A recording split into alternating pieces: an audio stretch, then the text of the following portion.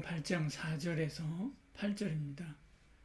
각 동네 사람들이 예수께 나와 큰 무리를 이루니 예수께서 비유로 말씀하시되 씨를 뿌리는 자가 그 씨를 뿌리러 나가서 뿌릴새 더러는 길가에 떨어짐에 밟히며 공중의 새들이 먹어버렸고 더러는 바위 위에 떨어짐에 싹이 났다가 습기가 없으므로 말랐고 더러는 가시떨기 속에 떨어짐에 가시가 함께 자라서 기운을 막았고 더러는 좋은 땅에 떨어짐에 나서 백배의 결실을 하였느니라. 이 말씀을 하시고 외치시되 들을 귀 있는 자들은 들을지어다. 아멘. 제자들이 이 말씀이 무슨 뜻인가 물었을 때 주님이 설명해 주시면서 이렇게 대답합니다. 10절에 이르시되 하나님 나라 비밀을 아는 것이 너희에게는 허락되었으나 말씀하지요. 이것이 하나님 나라 비밀이라는 것입니다. 하나님 나라의 비밀을 간직한 말씀이 흙으로 지은 사람의 마음에 떨어졌을 때 성공할 확률이 4개의 밭 중에 하나, 25%입니다. 프로야구의 평균 타율이 25%에서 30% 정도 됩니다.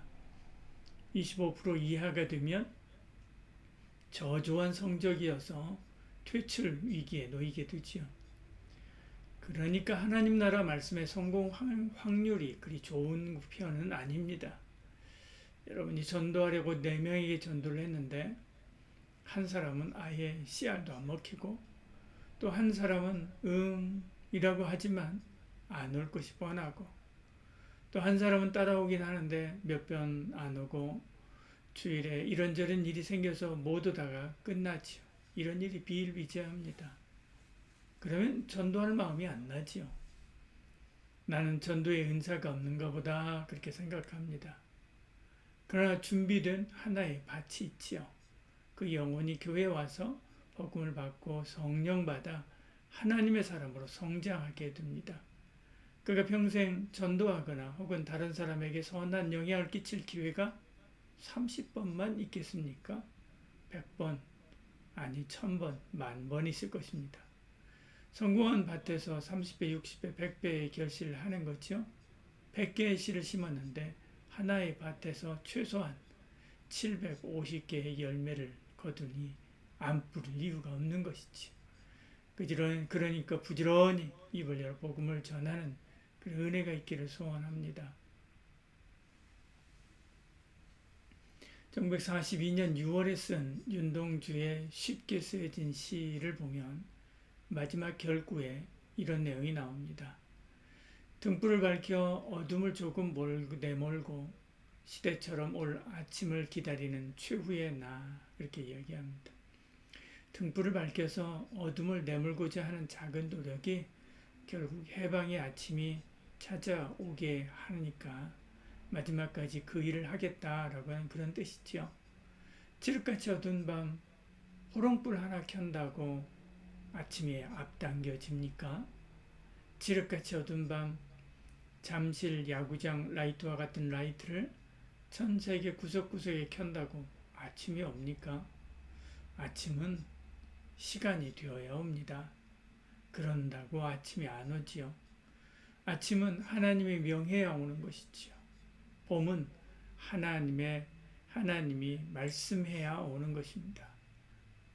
그렇게 오는 것이 아니지요. 그렇다고 손 놓고 있습니까? 그러면 사람이 아닙니다. 죽은 사람이지요. 살아있는 사람은 봄을 기다리고 아침을 기다립니다. 봄을 부르고 아침을 부릅니다. 보십시오. 예수님의 하시는 일이 무엇인지 23절에 이렇게 말씀하죠. 예수께서 온 갈릴리에 두루 다니사 그들의 회당에서 가르치시며 천국 복음을 전파하시며 백성 중에 모든 병과 모든 약한 것을 고치시니 말씀합니다. 예수님은 하나님이십니다. 전지전능하신 하나님이시지요. 되어진 일과 되어질 일을 손바닥 보듯이 보시는 분입니다. 모든 인류 역사의 시작과 끝을 다 알고 계시죠. 그러니까 당시 주님은 2000년이 지난 2024년이 되어도 세상은 여전히 어둠일 것이다 라고 하는 것을 잘 아셨습니다. 예루살렘은 여전히 전쟁을 하고 있을 줄 아셨죠. 그런데도 주님은 온 갈릴리에 두루다니사 그들의 회당에서 가르치시며 천국 복음을 전파했지요. 칠흑같이 어두운 밤에 등불을 밝혀 아침을 부르는 윤동주와 같습니다. 아침을 찾는 순간 그는 이미 아침에 와 있지요. 봄을 생각하는 동안 그는 이미 봄입니다. 하나님 나라를 꿈꾸는 순간 그는 이미 하나님 나라에 있는 것이지요. 하나님 나라는 그들을 통해서 전해지고 확장되고 이루어지는 것입니다. 당신은 지금 우리보다 훨씬 사는 것이 힘들었습니다. 로마에 내는 인도세, 관세, 토지세, 소금세, 각종 수수료, 강제 부역, 11조의 성전세, 절기마다 드려야 하는 제사 등등 우리나라 삼정문란의 시기와 같이 힘들었습니다. 오죽하면 땅을 포기하고 날픈 발이 상인으로 전전했겠습니까? 산에는 도둑이 가득하고 거리에는 세리가, 성전에는 종교 장사꾼들이 득실됐습니다. 이런 시대에 100알의 곡식을 심는데 75알이 허비된다면 사람들은 차라리 그걸로 밥을 지어 먹으면 우리 아이들 굶기지 않을 것이라고 생각했을 수 있습니다. 그래도 심어야 되죠. 버려지는 75알이 있어야 알곡으로 자라는 25알도 있는 것이지요. 그래서 심고 또 심는 것입니다. 우리도 그렇습니다. 교회에서 이런저런 일들을 합니다. 왜 돈 들이고 쓸데없는 일 하는가 생각되는 그런 일들도 있습니다. 마을 사람들을 위해서 잔치한다고, 경로당에 떡을 먹을 것을 가져다 드린다고 그분들이 교회 나오나요? 안 와요. 할머니들께 정성 드린다고 자녀들이 오나요? 안 와요. 그럴 돈 있으면 교회 방수 작업하고 방송 장비나 바꾸지요. 이렇게 생각할 수 있다는 것입니다. 그러나 심는 것입니다.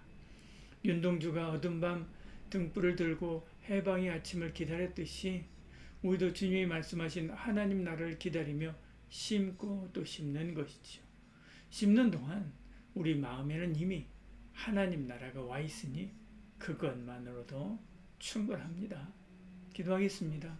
전능하신 하나님, 주님이라고 하는 하나님 나라 씨앗을 이 땅에 심고 100배, 1000배, 만배, 아니 실로 헤아릴 수 없는 많은 열매를 거두신 하나님, 오늘 우리도 주님처럼 복음의 등불을 들고 나아가 하나님 나라 복음을 뿌리게 하여 주시옵소서. 나지 않는다 낙심하지 않게 가끔씩 열매의 은혜도 허락하여 주시옵소서. 예수님 이름으로 기도드립니다.